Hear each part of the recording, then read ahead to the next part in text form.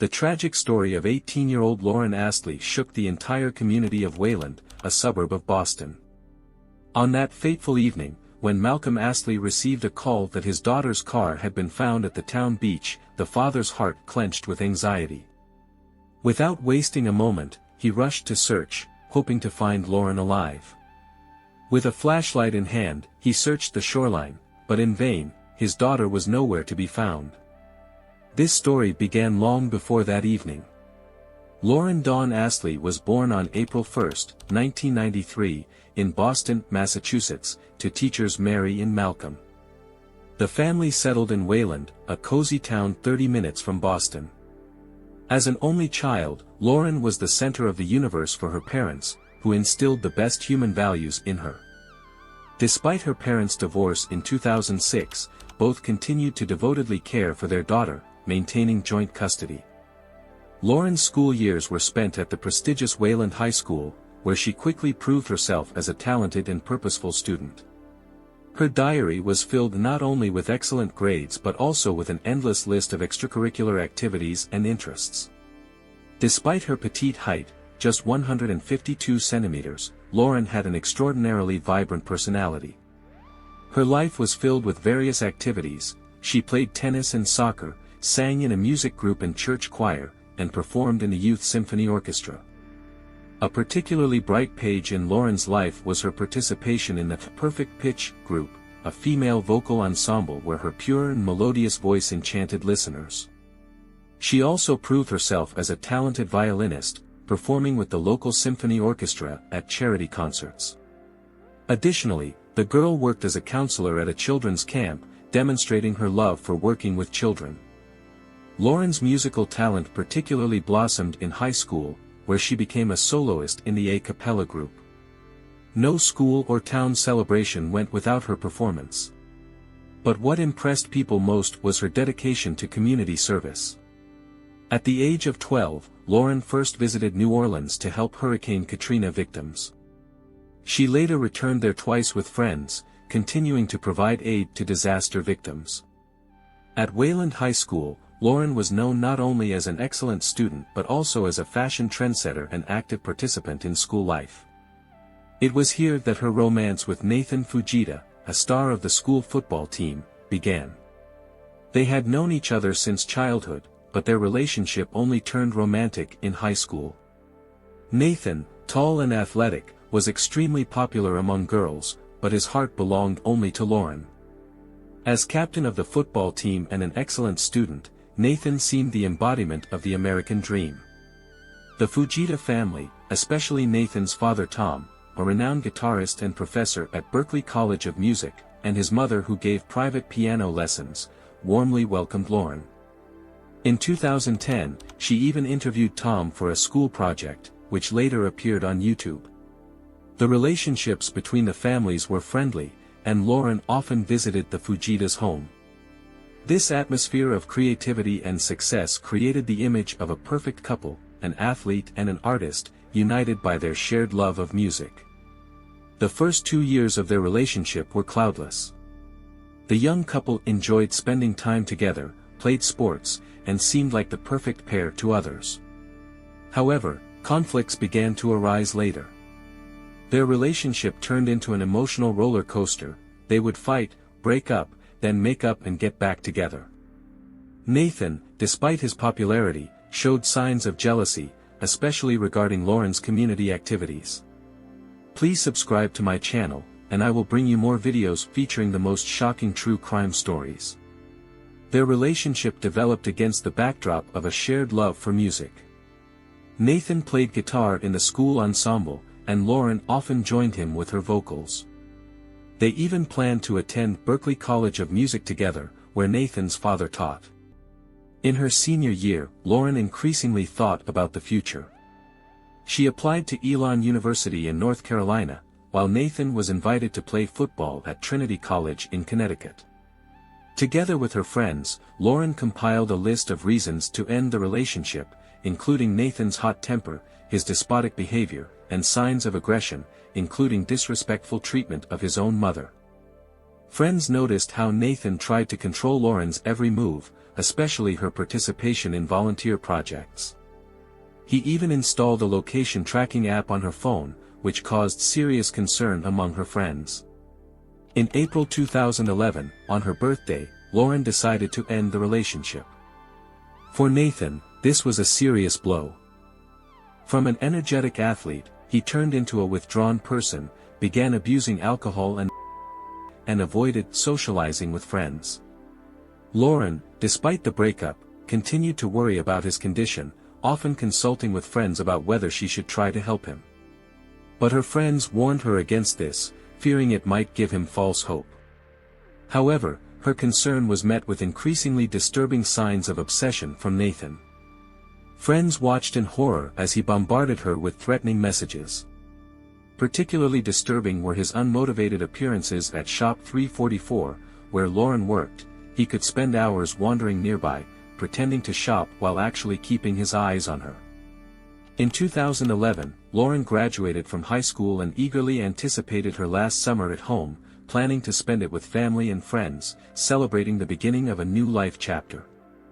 She threw a big farewell party with her friends, full of hope for the future.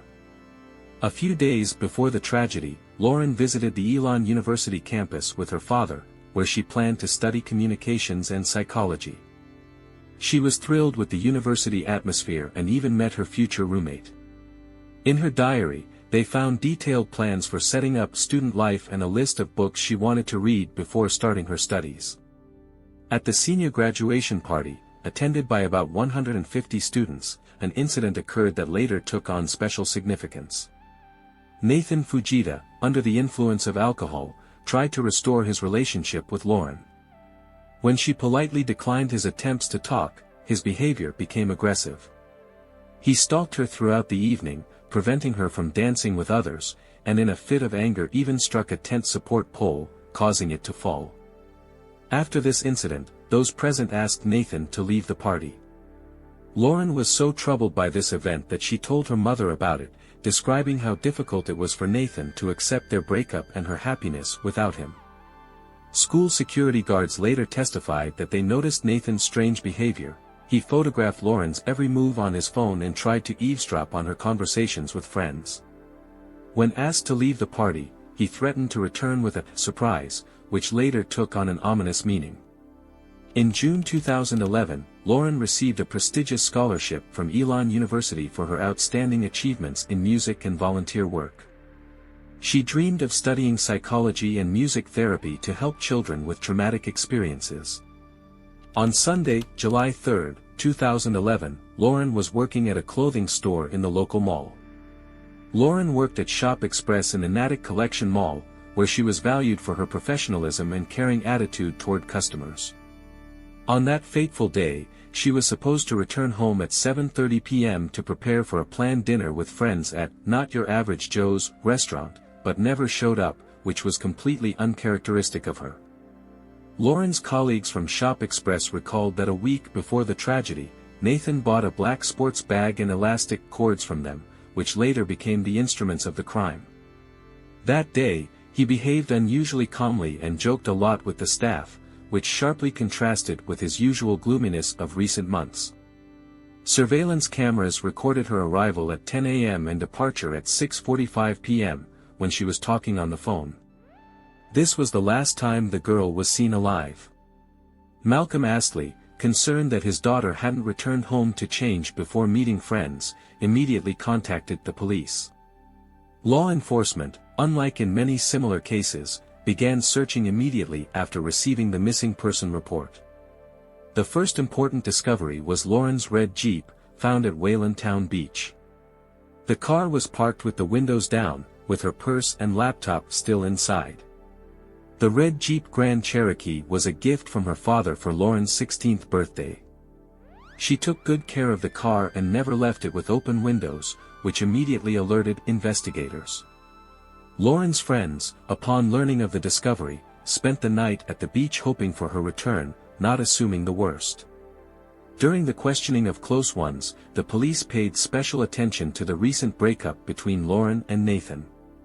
Although friends insisted that Nathan, despite his withdrawal and aggressiveness after the breakup, couldn't harm her. Police considered jealousy as a possible motive for the crime.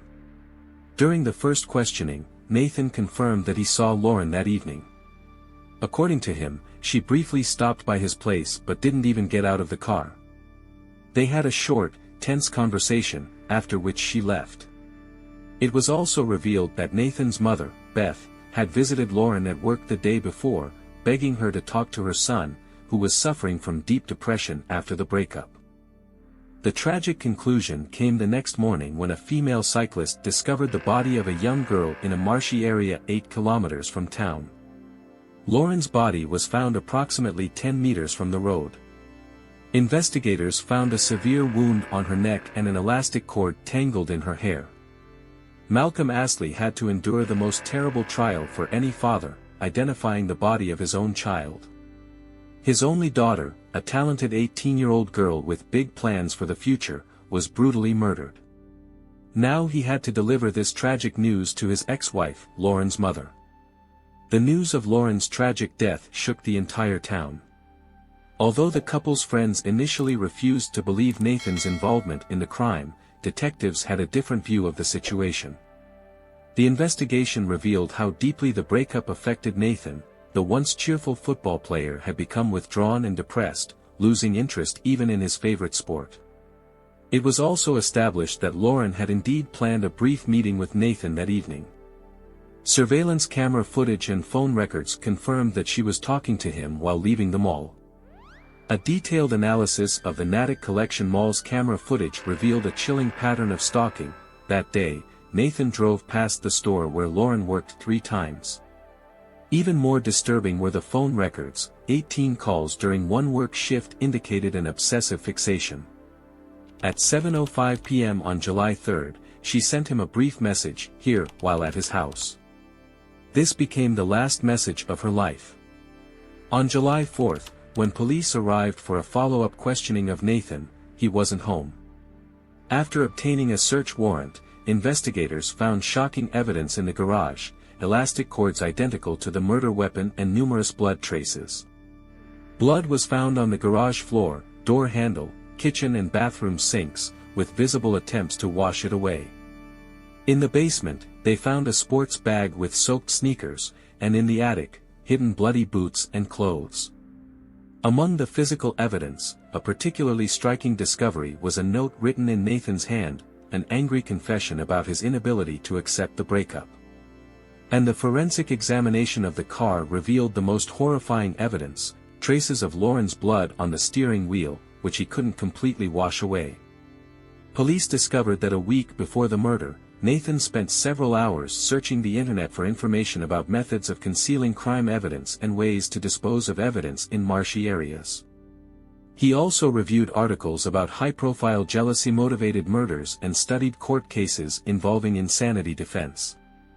Laboratory analysis confirmed that the blood belonged to Lauren, and the dirt on the shoes matched the soil from where the body was found. Nathan was found several hours later at his cousin's house in a neighboring town and arrested on July 5, 2011. At the police station, Nathan initially maintained complete calm and even tried to flirt with the female officer conducting the interrogation. However, when shown photos from the crime scene, his face suddenly changed, and he asked for a lawyer. Later, psychiatrists noted this ability to quickly switch between different emotional states as a sign of serious personality disorder. At the preliminary hearing on August 23, 2011, Nathan quietly pleaded not guilty. He was charged with first-degree murder and assault with a dangerous weapon. During the hearing, new details emerged. The day before the crime, Nathan called his cousin inviting her to hang out, and the next day made a disturbing statement that they would never find the murder weapon. He also confessed to his cousin that he had driven Lauren's red Jeep to the town beach. At an additional hearing, a 2009 incident took on new significance. When Lauren, during one of their relationship breaks, was dancing with another boy at a disco, Nathan attacked the rival, threatening to cut his throat. This episode, which previously seemed minor, now took on an ominous meaning given the method of Lauren's murder. The trial began on February 13, 2013, 18 months after Lauren's death.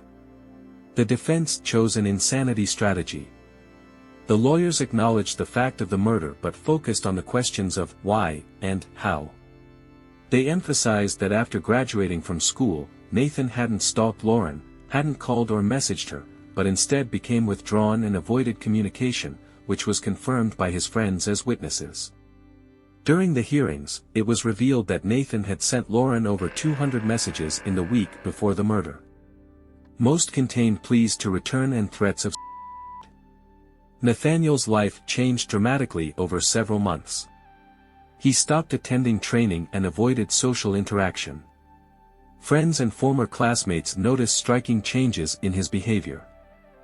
Later, the attorney emphasized that these changes were signs of serious mental disorder. His worried mother convinced him to see a specialist. The psychiatrist diagnosed him with severe clinical depression, not just temporary sadness from the breakup, but a serious mental illness. Medical records also showed that 2 months before the murder, Nathan secretly consulted a psychiatrist, complaining about obsessive thoughts of revenge and loss of control over reality. The doctor prescribed antidepressants, but Nathan refused to take them, believing he could cope on his own.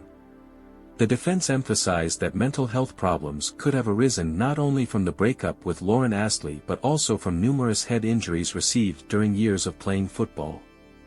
The relationship breakup might have been just a trigger for the deterioration of his condition. Lauren was concerned about her ex-boyfriend's mental state and feared he might harm himself. This concern led her to Nathaniel's house on the evening of July 3, 2011. According to the defense, that's when he experienced an acute psychotic episode, during which he lost control of his actions. When they went to talk in the garage, Nathaniel, in an insane state, strangled Lauren with an elastic cord and inflicted numerous wounds to her neck. The defense insisted that at that moment his body acted autonomously, and his consciousness was disconnected from reality. The prosecution presented a radically different version of events. The prosecutor argued that Nathaniel consciously planned the murder of his ex-girlfriend due to his inability to accept the breakup. On the day of the crime, he repeatedly tried to contact Lauren, calling her mobile phone in the store where she worked. Surveillance cameras captured one of these calls when the girl was leaving the mall after work. According to the prosecution, Nathaniel lured Lauren to his house, knowing his parents were absent. Autopsy results showed that besides strangulation and cuts to the neck, the girl had numerous defensive wounds, indicating active resistance to the attacker. After the murder, Nathaniel changed his bloodied shoes, stole Lauren's car, the red Jeep, and drove over 6 kilometers to the town beach, where he left the car. He threw the car keys into a storm drain, where investigators later found them. Walking back home, he moved Lauren's body to his car and transported it to a marshy area. Nathaniel walked about 11 meters into the marsh, risking his own life, to hide the body.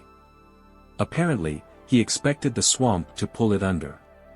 One witness saw Nathaniel returning home that evening without a shirt, listening to loud music in his car with the windows down.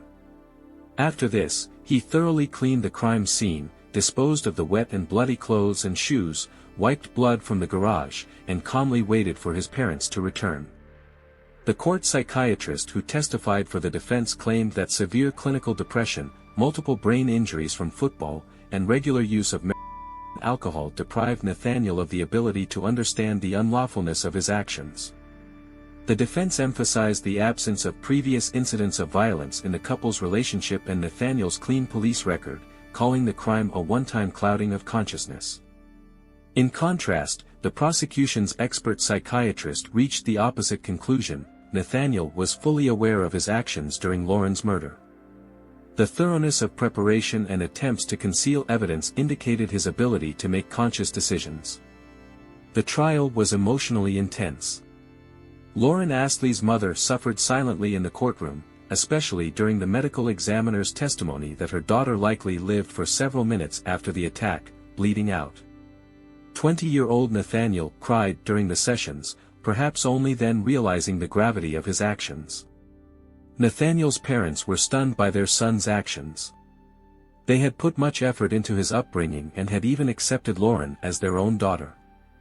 Their pain was amplified by sympathy for the Astley family, who lost their only child. Previously, both families maintained warm relationships, but the tragedy forever changed their lives. 15 days of trial kept the entire community in suspense. 12 jurors spent 20 exhausting hours in the deliberation room, weighing every detail of the case before reaching their verdict. Every minute of this wait seemed like an eternity for the families of both sides of the tragedy. On March 7, 2013, after a full day of deliberations, the jury found Nathaniel guilty on all counts. On the day of sentencing, Lauren's father, Malcolm, showed incredible strength of spirit. He approached Nathaniel's parents and hugged them, understanding the shared nature of their tragedy. Nathaniel was sentenced to life imprisonment without the possibility of parole, which is the mandatory punishment for first-degree murder in Massachusetts. The severity of the sentence was emphasized by an additional obligation to pay the Astley family compensation of $40,000. At 20 years old, Nathan received a sentence that crossed out his entire future. Such was the price he had to pay for the fatal inability to accept rejection. Malcolm Astley, who taught English literature at Wayland High School for 25 years, returned to work a month after the sentencing. He believed that the best way to honor his daughter's memory would be to continue her mission of helping others. Lauren's parents believed this tragedy could have been prevented.